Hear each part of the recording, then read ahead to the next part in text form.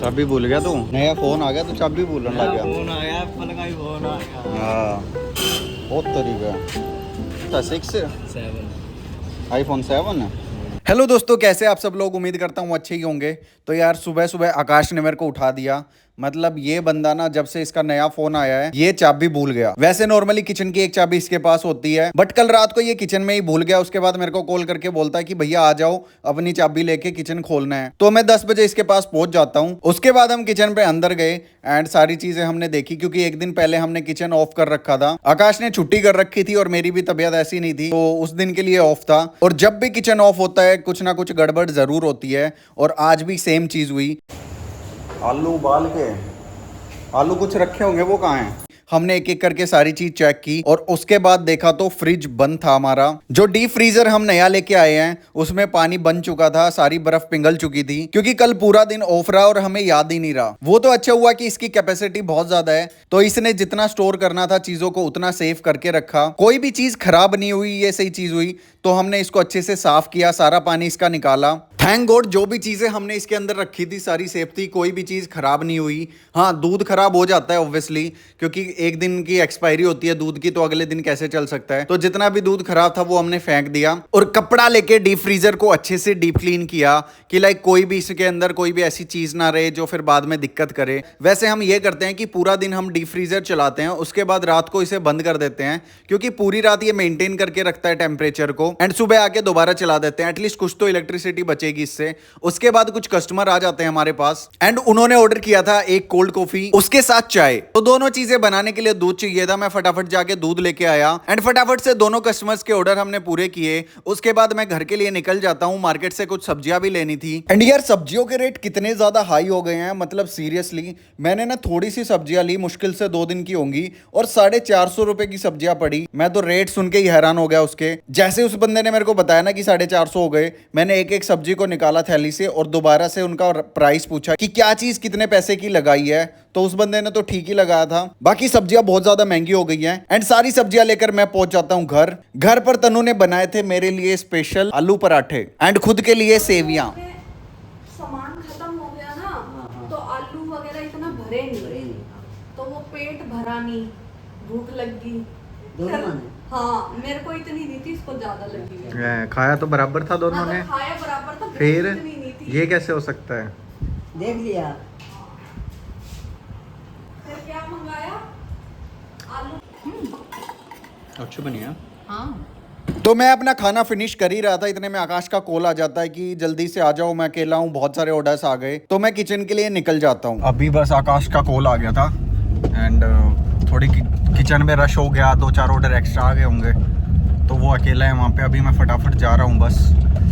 एक तो long vlog में मेरे को यही ज़्यादा दिक्कत आएगी कि लाइक एडिटिंग में, क्योंकि मेरे को ना वॉइस ओवर करने पड़ते हैं। और मैं वॉइस ओवर करता क्यों हूँ? क्योंकि यार मेरे पास ना पता नहीं उसी टाइम पे कुछ बात आती नहीं है मेरे को ऐसे करनी कि लाइक जैसे अभी तो नॉर्मली ठीक है, पता है कि क्या सीन चल रहा है, बट कभी कभी ना मेरे को वो कम्प्लीटली उस जोन में जाने के लिए थोड़ा सा टाइम लगता है। और मतलब समझ में नहीं आता कि लाइक वो कैसी चीज़ है या कैसे करनी है उस चीज़ को, लोग कैसे बोल लेते हैं, चला लेना भाई। हाँ, मैं ये कह रहा था कि सेम टाइम पे ना थोड़ा सा मेरे को वो थॉट्स आते नहीं है कि क्या बोलना है यहाँ पे, या कुछ पंच लाइन बोलनी है किसी को। बस नॉर्मली ये है कि हाँ, मैं बैठ के पूरी उसको एडिट करके फिर देखता हूँ कि आज क्या स्टोरी बन रही है, ठीक है, क्या क्या चीज़ें हैं जो पूरे दिन में हुई, राइट। एंड कभी कभी ये होता है कि वहाँ पे किचन में म्यूज़िक चल रहा होता है कस्टमर के लिए, तो ऑब्वियसली शूट ढंग से नहीं कर पाते उस चीज़ को। अभी भी आकाश कह रहा था कि कुछ सब्सक्राइबर आए हैं, आप जल्दी से आ जाओ। तो जस्ट खाना खा के आज तो व्लॉग भी पुराने वाला एडिट नहीं किया जो कल वाला था, उसको भी बैठ के एडिट करूँगा वहीं पे। तो चलो भाई देखते हैं। तो भाई एक बात तो पक्की है, जब भी मैं किचन जाकर ये बोलता हूँ ना कि मैं एडिटिंग करूँगा यहाँ पे, तब तो हो चुकी। मतलब इतना शोर होता है वहाँ पे, दूसरी चीज़ ना फोकस बन पाता है एडिटिंग के ऊपर, तो कोई भी काम ऐसा हो ही नहीं पाता जो पर्सनल हो मेरा। मोस्टली काम जो है वो किचन से रिलेटेड ही हो पाते हैं। तो उसने कुछ चीज़ें बताई थी मेरे को कि ये चीज़ें लेके आनी है। फ्राइज़ ख़त्म हो गए थे, मोज़रेला ख़त्म हो गई थी, कुछ सॉसेज ख़त्म हो गई थी।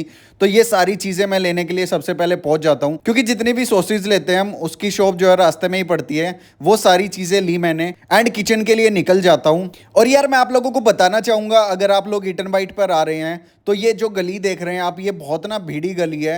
लाइक ज़्यादा चौड़ी नहीं है, यहाँ पे गाड़ी तो बिल्कुल भी नहीं खड़ी हो सकती। और यहाँ पे लाइब्रेरी है साथ में, तो बहुत सारे बच्चों की बाइक्स एंड स्कूटी वगैरह खड़ी रहती हैं। ऐसे में यहाँ पे बहुत मुश्किल से स्पेस मिलता है। तो बस यही कहूँगा कि आप जब भी ईटन बाइट के ऊपर आएँ, हमेशा मेन रोड के ऊपर गाड़ी खड़ी कर दें, क्योंकि वहीं पर गाड़ी अच्छे से खड़ी हो सकती है। उसके बाद आप गली में एंटर कर सकते हैं। मैं भी यही चीज़ करता हूँ काफ़ी टाइम से, क्योंकि पहले मैं गली में खड़ी करता था गाड़ी को, बट उसके बाद ना गली वाले इतने परेशान करने लग गए कि गाड़ी हटा दो, हमारा स्पेस है, हम यहाँ पे अपने घर के सामने अपनी गाड़ी खड़ी करेंगे। तो मेरे को ये झंझट चाहिए ही नहीं था, इसलिए मैं अपनी गाड़ी को मेन रोड के ऊपर खड़ी करके आता हूँ ताकि कोई कुछ भी ना बोले। इवन एक भाई ने तो मेरे को एक बार ये बोला कि भाई साहब यहाँ पे गाड़ी खड़ी करने के ऊपर ना मर्डर भी हो जाते हैं, मतलब पार्किंग को लेके इतना बुरा हाल है। मैंने कहा यार सीरियसली ऐसा तो कोई बड़ी बात है नहीं। फटाफट मैं किचन पहुंचा, किचन पहुंच कर देखता हूं कि आकाश लगा हुआ है और सच्ची में ज्यादा ऑर्डर आ गए थे। तो मैं और आकाश ये ऑर्डर्स कंप्लीट करने लगते हैं। एंड तभी हमारे पास ना एक सब्सक्राइबर बैठी थी एंड उसने कहा कि लाइक मैं आपकी बहुत सारी वीडियोस देखती हूँ। एंड उस लड़की से ना इतनी पॉजिटिव वाइब आ रही थी लाइक बातें करने में। आपका फूड वाकई में अच्छा है। हाँ, बर्गर मेरे को ज्यादा स्पाइसी लगा, वैसे मैं स्पाइसी खाती हूँ बट ये बहुत ज्यादा स्पाइसी हो गया। एंड उन्होंने बर्गर थोड़ा छोड़ दिया, तो मैंने उनसे बर्गर के पैसे नहीं लिए, क्योंकि यार अच्छा नहीं लगता कि किसी को आपकी चीज एक बार पसंद नहीं आई, कुछ टेस्ट में गड़बड़ हो गया, हो सकता है कि बर्गर में एक्स्ट्रा सॉस डाल दिया आकाश ने, जिसकी वजह से ये सब कुछ हुआ। तो मैंने उनको बोला कि आपने बर्गर कंप्लीट नहीं किया तो मैं इसके पैसे भी नहीं चार्ज कर रहा। तो हमने उनसे जो भी 70-80 रुपए बनते थे बर्गर के वो नहीं लिए, बाकी चीज़ों के चार्ज ले लिए। तो वो मना भी कर रहे थे मेरे को, बट मैंने कहा कोई बात नहीं, आप नेक्स्ट टाइम जब भी आएंगे मेरे को बताना, मैं स्पेशली आपको बर्गर बना के खिलाऊंगा। वैसे हमारे बर्गर में ऐसी कोई प्रॉब्लम आती नहीं है एज सच। कभी कभी ये हो जाता है कि कुछ ना कुछ जल्दबाजी में चीज़ें हो जाती हैं। एंड आज तो एक भाई का कॉल आया भिवानी से, उन्होंने पूछा कि आप किचन के ऊपर हो और किचन की लोकेशन बता दो, हम आपके किचन के ऊपर आ रहे हैं। मैंने उनको लोकेशन बताई और वो भाई किचन के ऊपर आए। उन्होंने सबसे पहले आकाश से पूछा कि क्या क्या बेस्ट है आपके किचन में।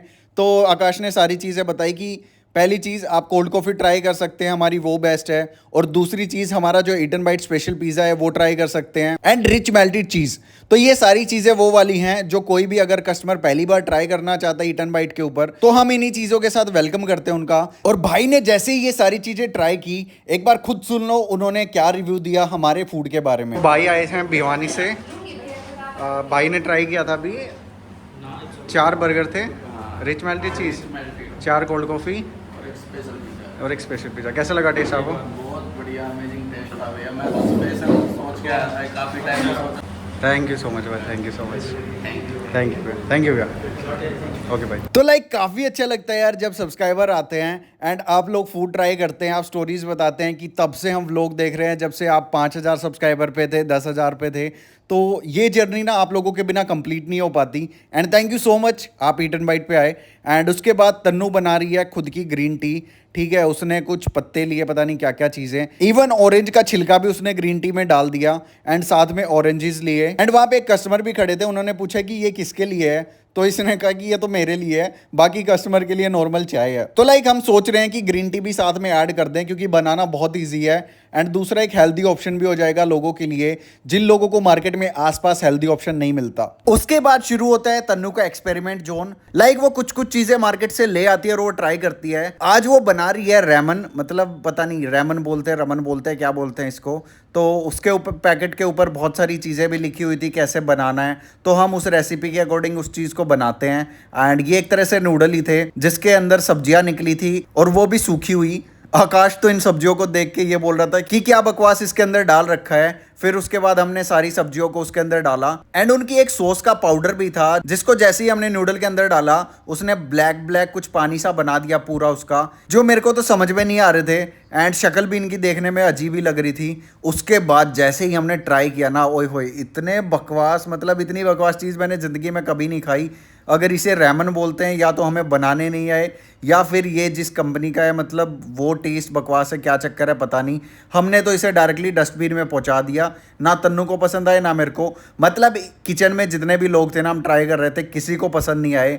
ये तो भाई बकवासी काम हो गया आज का एक्सपेरिमेंट। तो इवन हमारे कुछ रेगुलर कस्टमर भी बैठे थे, उनको भी हमने ट्राई करवाया थोड़ा थोड़ा, तो उन्होंने भी बोला कि भाई ये तो समझ से ही परे है, टेस्ट पता नहीं क्या सीन है इनका, आप जो चीजें बनाते हो ना वही बेस्ट है। उसके बाद हम रात तक कुछ ऑर्डर्स कंप्लीट करते हैं और आज तो यार कमाल ही हो गया। मतलब आज हमने अपनी हाईएस्ट सेल अचीव की इस स्टोर में। जब से हम आए हैं ना किचन में, जब से हमने किचन ओपन किया है तब से लेकर अब तक की ये हाईएस्ट सेल थी आज की। मतलब ऑब्वियसली मैं बता नहीं सकता कि क्या सेल थी, क्योंकि फिर घर वाले बोलते हैं कि नजर लग जाती है ना, ऑल दैट।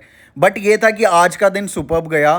पिज्जाज को देख के हमें इतनी ज्यादा क्रेविंग हो रही थी, हर चीज इतनी कमाल की बन रही थी जिसकी कोई हद नहीं। तो जितने भी आज के ऑर्डर्स थे हमने कंप्लीट किए, और हमने एक चीज जरूर नोट की है कि लाइक जो भी इंसान हमारे पास पहली बार आता है कुछ ट्राई करने के लिए, तो वो सबसे छोटा बर्गर या फिर कोई भी ऐसी आइटम ऑर्डर करता है जो सिर्फ उसे ट्राई करनी है, ज्यादा महंगी ना हो। एंड जब उसे पहली चीज का टेस्ट पसंद आ जाता है उसके बाद वो हमेशा दूसरी चीज भी ऑर्डर करता है। या तो बहुत सारे लोग पैक करवा के ले जाते हैं या वहीं पे खा लेते हैं। तो रात को तनु खाना ले आई थी मेरे लिए और हमने साथ में बैठ के डिनर किया। उसके बाद कुछ ऑर्डर्स बना के हमने पूरा सामान समेटा। 8 लाख सब्सक्राइबर्स की खुशी में आप क्या बोलोगे? मेरे को नींद आ रही है।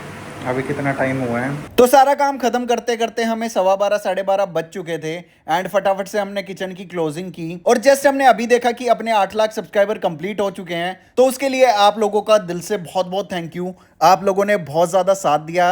लाइक यार सच्ची में ये चीज नहीं पता थी कि इतनी छोटी सी जर्नी जब घर से स्टार्ट किया था किचन, वो आज इस लेवल तक पहुंच जाएगी कि खुद का एक किचन होगा, वहां से हम ऑर्डर डिलीवर करेंगे और लोग मिलने आएंगे।